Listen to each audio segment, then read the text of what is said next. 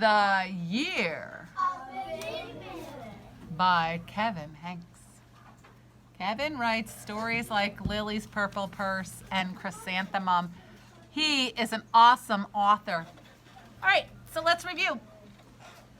Billy is trying to stay up all night long. He tried to, you weren't here, you missed it. He tried to scare himself awake.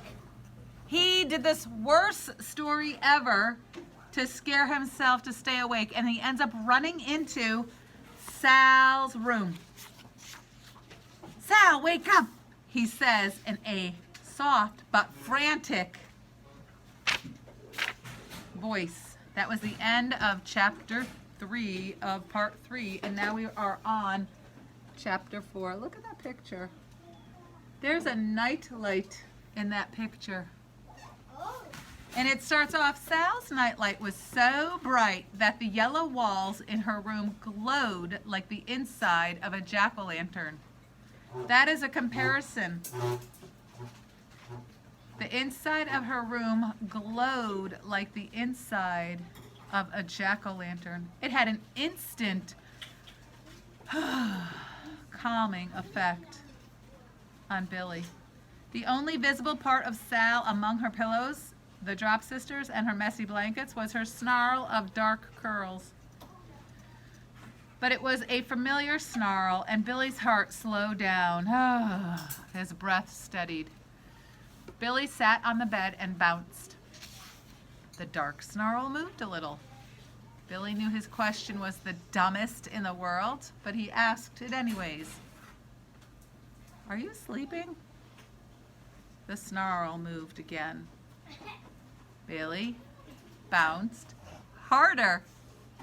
And then Sal's head emerged from a shadowy lumps of blankets and bedclothes and stuffed animals like a chick from an egg.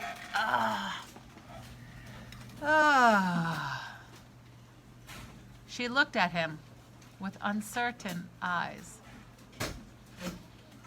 Slits, really. Billy scooched over nearer to Sal. He didn't know what to say, and he couldn't say, I need you, which was the truth, so he just whispered, hi.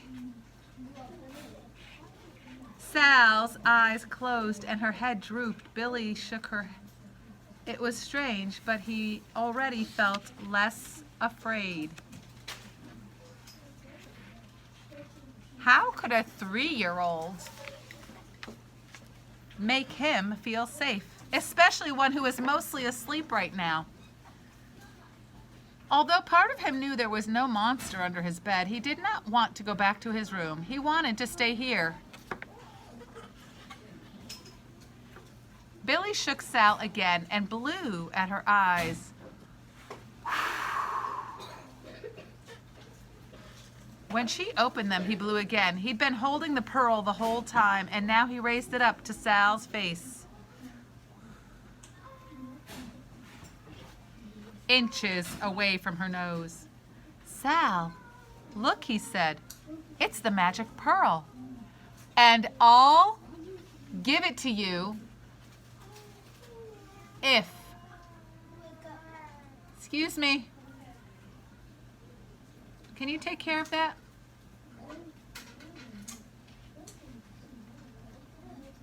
Sal perked up, her eyes widened. You will?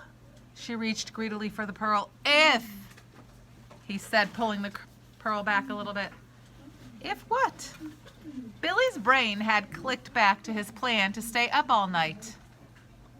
He could not do it alone in his room, but he thought he could do it in Sal's room, with her. He had never shared anything this big with a girl before, but it would be worth it. If you can stay up all night with me, it's yours, said Billy. Why? Asked Sal. Billy explained the importance of his idea. He finished by reminding her, we've never made it to midnight on New Year's Eve. He kept holding up the pearl as if it was a priceless gem.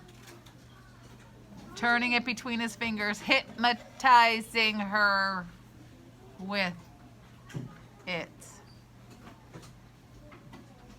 Can I have it now? She asked. You can borrow it, said Billy, but you can't have it until morning. How long is it until tomorrow? Asked Sal.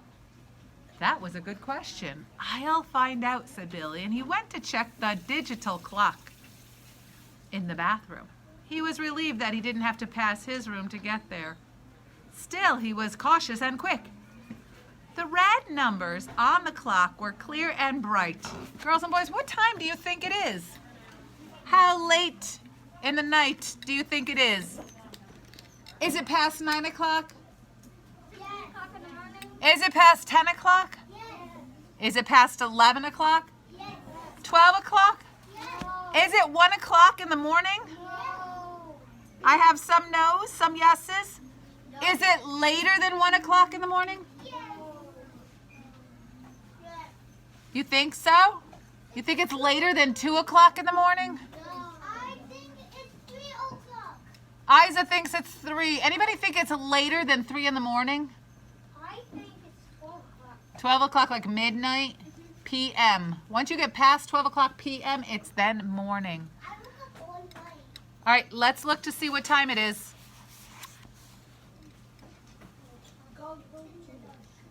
It is 10:32. Oh, we've got a long way to go, he thought, feeling his optimism drain.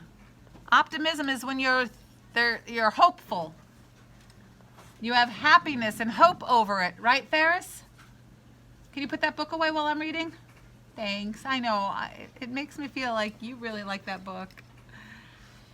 Back in Sal's room, he crammed her throw rug under the door and flipped on their overhead light. They both blinked, adjusting to the change. Now it's easier to stay awake, he told her. Sal was playing with the pearl with loving care. How much until tomorrow? She asked. Oh, a long time, said Billy. But we can do it. It's only an hour and a half until midnight. What are you going to do? asked Sal. What do you want to do? Oh, we could play with the Drop Sisters, said Sal. Will that keep you awake more than anything else? asked Billy. He was willing to do whatever it took to achieve his goal. Sal nodded. Okay, said Billy. How do we play with them? You tell a story about them, and you move them around like this. And Sal slid off her bed, pulling the Drop Sisters with her. She put them in a circle on the floor. She picked up Raindrop and swooped her back and forth through the air. One day, Raindrop flew. I'm a bird, I'm a bird.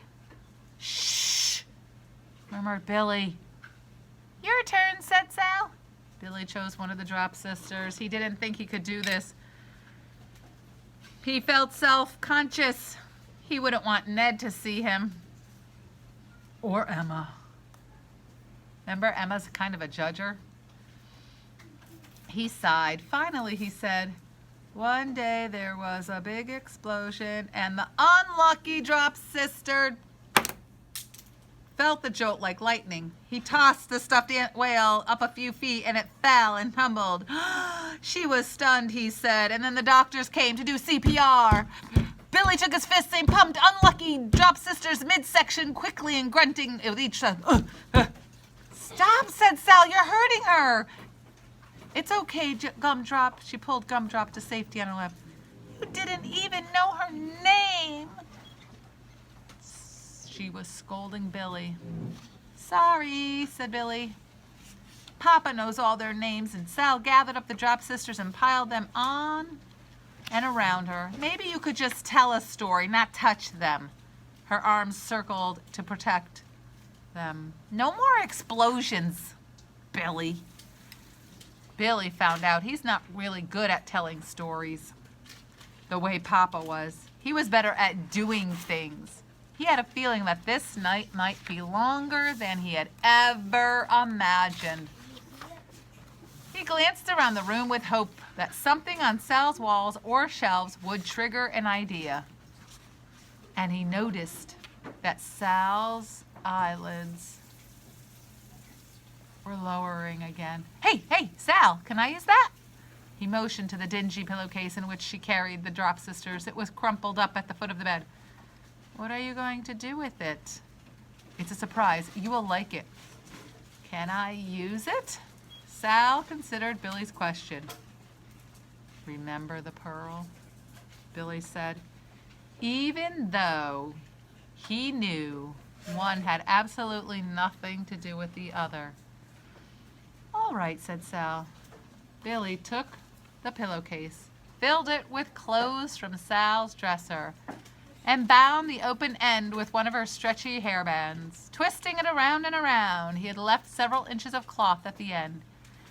He fanned it out and said, this is the tail. He then pushed and pulled and fluffed the stuffed pillowcase until it pleased him. There, it's a whale. It's a big whale. It is, said Sal. Who is it? This is, Billy said, thinking fast. This is Cough Drop, he said, the Drop Sister's cousin. He usually lives in the aquarium, but he's here for a visit. Cough Drop? Said Sal, smiling. I love him. Make him say something. Oh, he doesn't talk, said Billy, because he has a terrible cough. He was born with it, and the only food he eats, it's cough drops. Sal plucked Cough Drop from Billy's hands and introduced him to his cousins, and they played. And Sal would make a comment as one of the Drop sisters, and then Billy assumed the role of Cough Drop, which would be just to cough. And they took turns talking. Cough Drop needs a break, he said, when Billy had had enough. Billy was exhausted. His throat was rough. He decided that he would never be a babysitter, no matter how much money he could make. Is it morning yet? Asked Sal. No, said Billy. I'll go check again. And then Sal said something, but she was yawning at the same time, and she'd put her hand over her mouth, so all Billy heard was a little tired noise. When he came back to Sal's room with the disappointing news that it was only 11:03. That's 3 minutes after 11 p.m. It's not even midnight yet.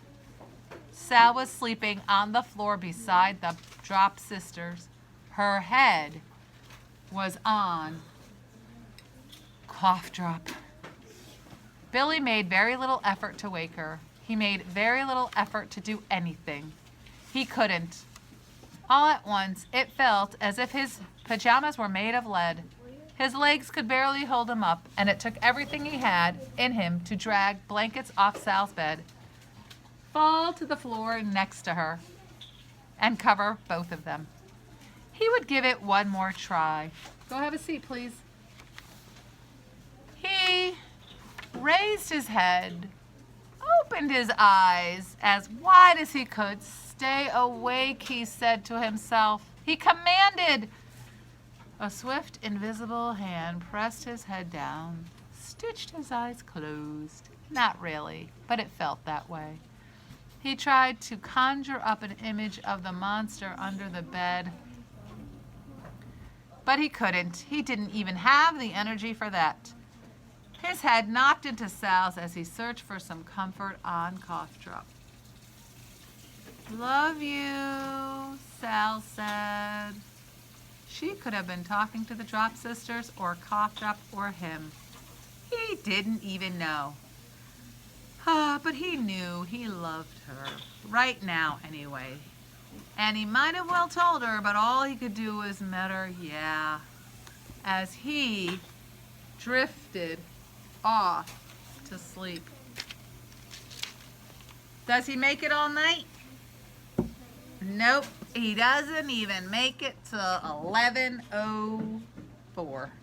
He doesn't make it to midnight. He falls asleep. He can't do it. I think he needs Ned. Alrighty, girls and boys. Dun dun dun. Tomorrow's the next chapter of the year. I believe in